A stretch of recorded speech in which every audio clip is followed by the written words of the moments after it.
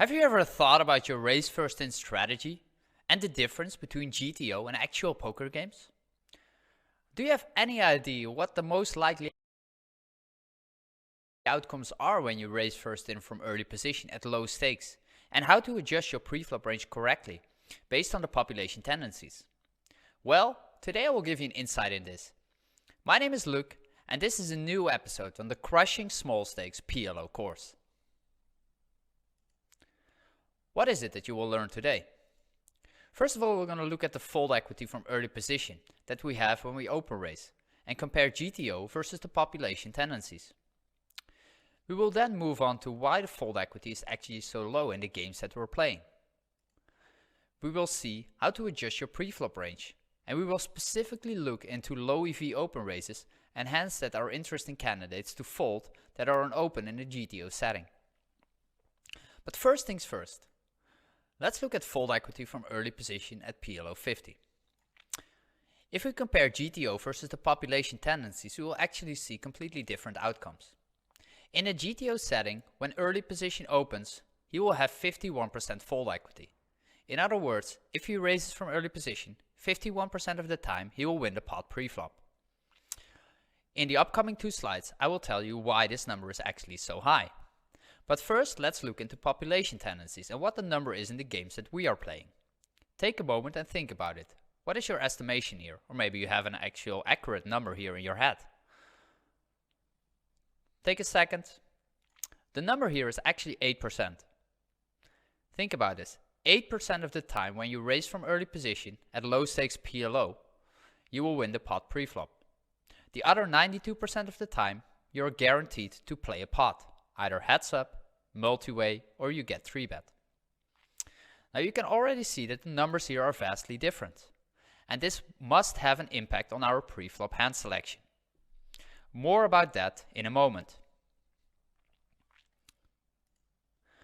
Let's look at raise first in and the outcomes first in the actual games that we are playing. If we raise from early position, we will win the hand pre-flop by getting 5 folds from our opponents 8.2% of the time actually. Obviously this number can be different based on your own database or based on your research, but this is a good average number here. We see a flop heads up in a single raise pot 24.6% of the time.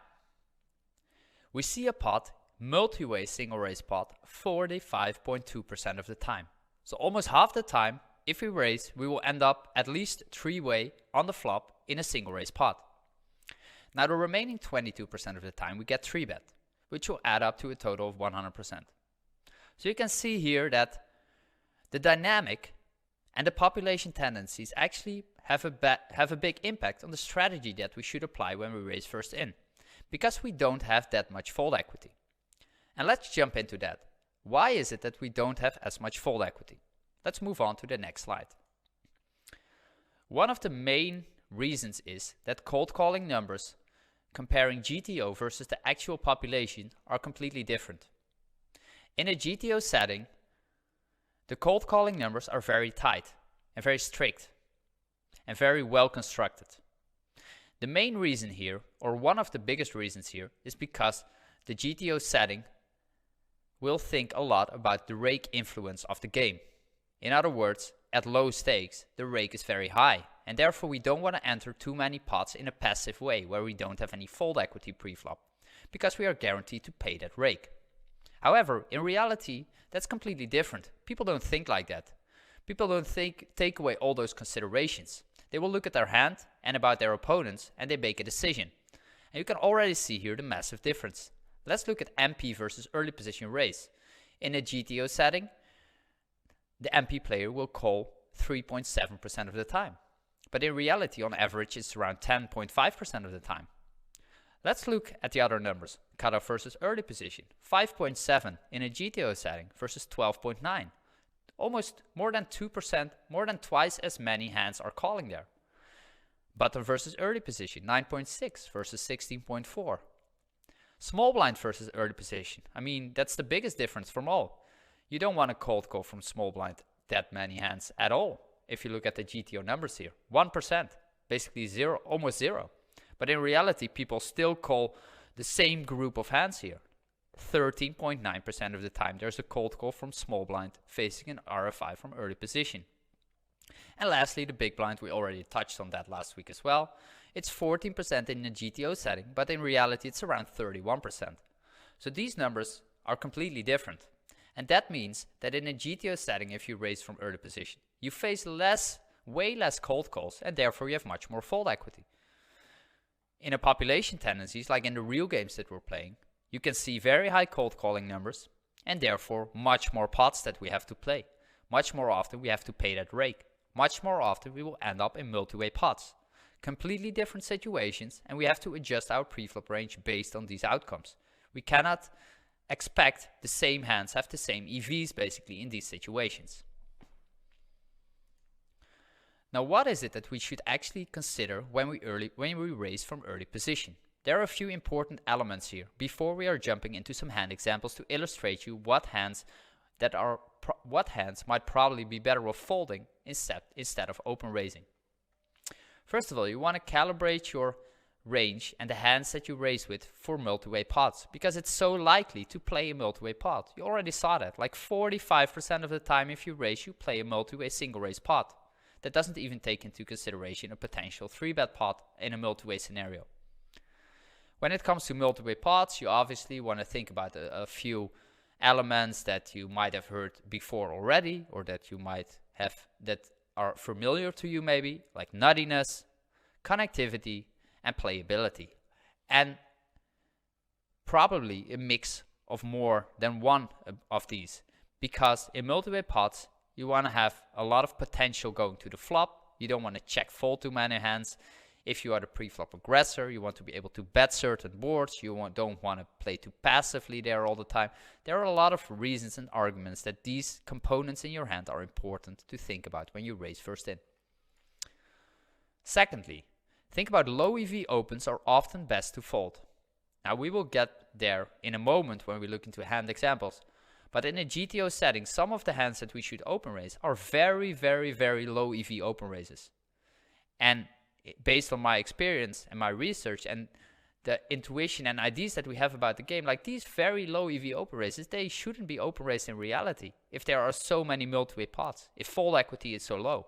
Even if these players enter the pot with like a wide range, that doesn't mean that we should become much wider or that we should open raise all these hands, because we are still guaranteed to pay the rake, to play a lot of multi-way pots, and to get into a lot of post-flop problems, because we are no computers. We don't play perfect PLO post-flop. We are learning the game, and we should get used to the fact that that all starts with playing a strong and selective pre-flop RFI strategy from early position that will help us a lot post-flop as well.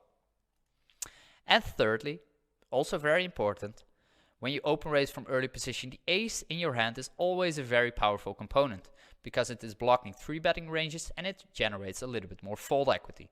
So especially if you have an ace with the ace high suit and with like 3 side cards that are well connected, or with Broadway cards in addition, an ace with double suitedness and connectivity, like those components are very powerful, and those hands are often make up for a good raise. So remember these 3 elements, think about them, maybe take a screenshot about them, but this is very important to consider when you raise first in. Now let's look into some hand examples, and to make it more practical. First of all, we're going to look into the single suited rundowns here. In a GTO setting, we are raising rundowns with 0, 1 or 2 gaps that are single suited 25% of the time. We are raising single suited rundowns with at least 3 Broadway cards in them 41% of the time.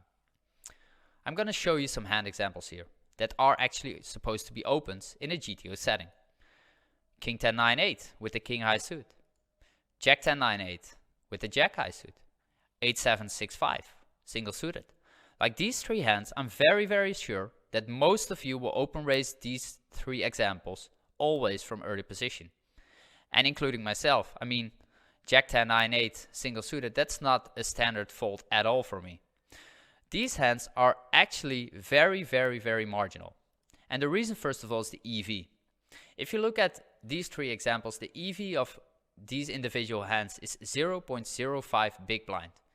In other words, if you play 100 of these hands from early position, you will only make up 5 big blind per 100.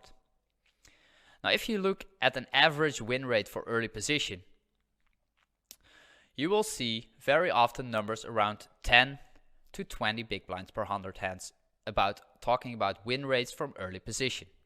So you can already see that these hands are much lower than the average win rate that we have from early position. In addition to that, these hands are anyway very low EV opens. We have seen that in the solver outcomes. So if we then compare those solver outcomes with the population tendencies in the actual games that we're playing, you should highly consider folding these hands, because these hands don't do that well in multi-way pots. They have low suits, they can have marginal playability post-flop, and they just don't do that well because the EV is very low and the playability post-flop isn't great. Jack high suit, 8 high suits, if you end up like 3-4 way, those hands cannot call multiple streets a bet. Those hands cannot start c-betting themselves. They can't apply pressure. They should play very passively, and therefore it's quite difficult to make any money with them, especially from early position if you have 5 players left to act. So think about these hands. These are good examples of hands that are candidates to start folding from now on because the EV is so low and the post-flop and the population tendencies have a huge impact on that. Let's look at some more examples. Double suited rundowns. In a GTO setting, double suited rundowns with 0, 1 or 2 gap open raising 75% of the time. I mean, those are beautiful hands in general. They look very appealing there. They have a lot of playability, and often when they are good connected, they are good open raises. 3 Broadway cards, double suited, 83% of the time, and 2 Broadway and 2 low cards, 47% of the time. Let me give you some examples of the low EV hands in these categories. What about 10-8-7-5? Have you ever considered open raising this one from early position? 2 gappers lose a lot of EV when you open raise from early position.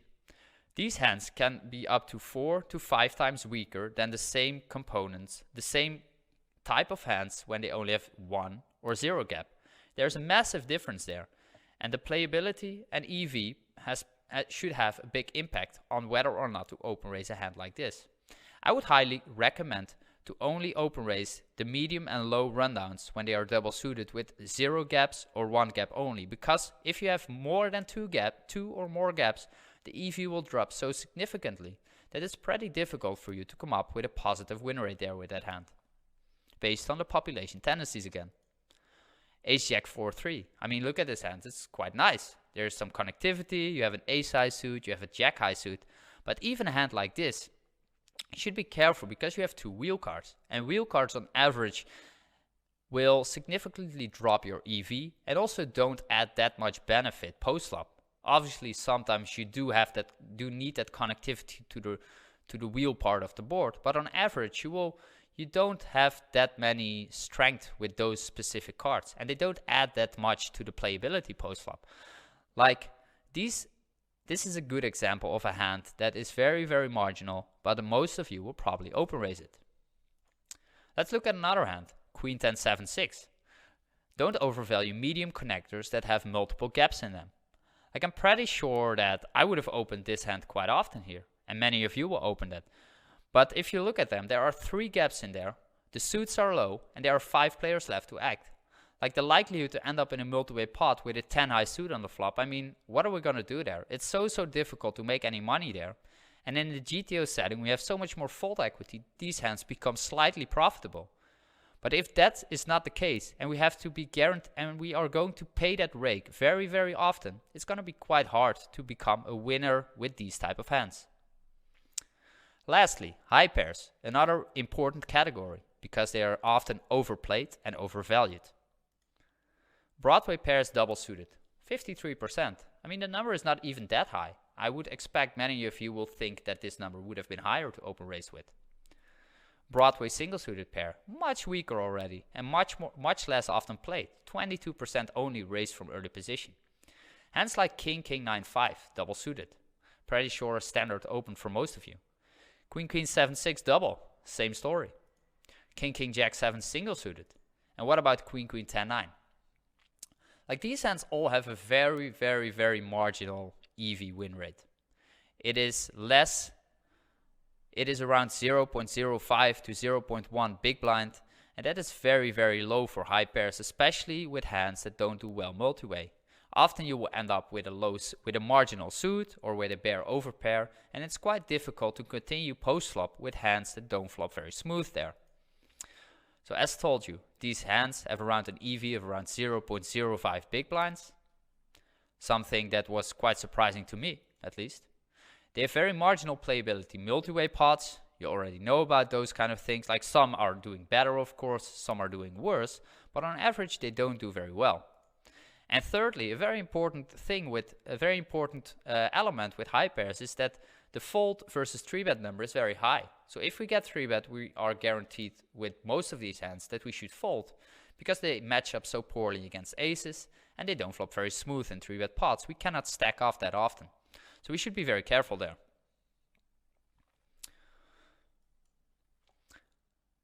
So to wrap this video up and to give some takeaways at the end, I mean, we've definitely seen some interesting elements here about the hands that we should be careful with, like low EV opens. We talked about what is going to happen when we raise first in from early position. We have to close it here and to get some understanding at the end about all the topics here that we've been talking about. First of all, what is important when you raise first in is to think about calibration. In other words, you should think about nuttiness, playability in multi-way pots, and blockers to 3-betting ranges. Because the likelihood of playing a flop is very high, and to play a multi-way pot is also very high, like we should calibrate our open raising hands toward hands that do well in these situations. The difference between GTO and population tendencies is so different there. We don't have a lot of fold equity here. So be careful there and make sure to think about it next time you sit in this situation. And secondly, expected value, in other words, the EV. Fold low EV opens. There's absolutely it doesn't matter at all if you start folding some of the very, very lowest EV opens. Those hands don't have any significant impact on your win rate, and very likely will actually be a losing play because of multiple factors. In the first play, they are actually low EV opens anyway. But if we then start playing a lot of multi-way pots, we are going to rake very often because we don't have a lot of fold equity.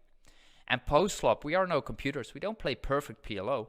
We are making mistakes, and we should think already about that pre-flop, that we don't want to get ourselves into too many difficult spots post-flop if that's unnecessary.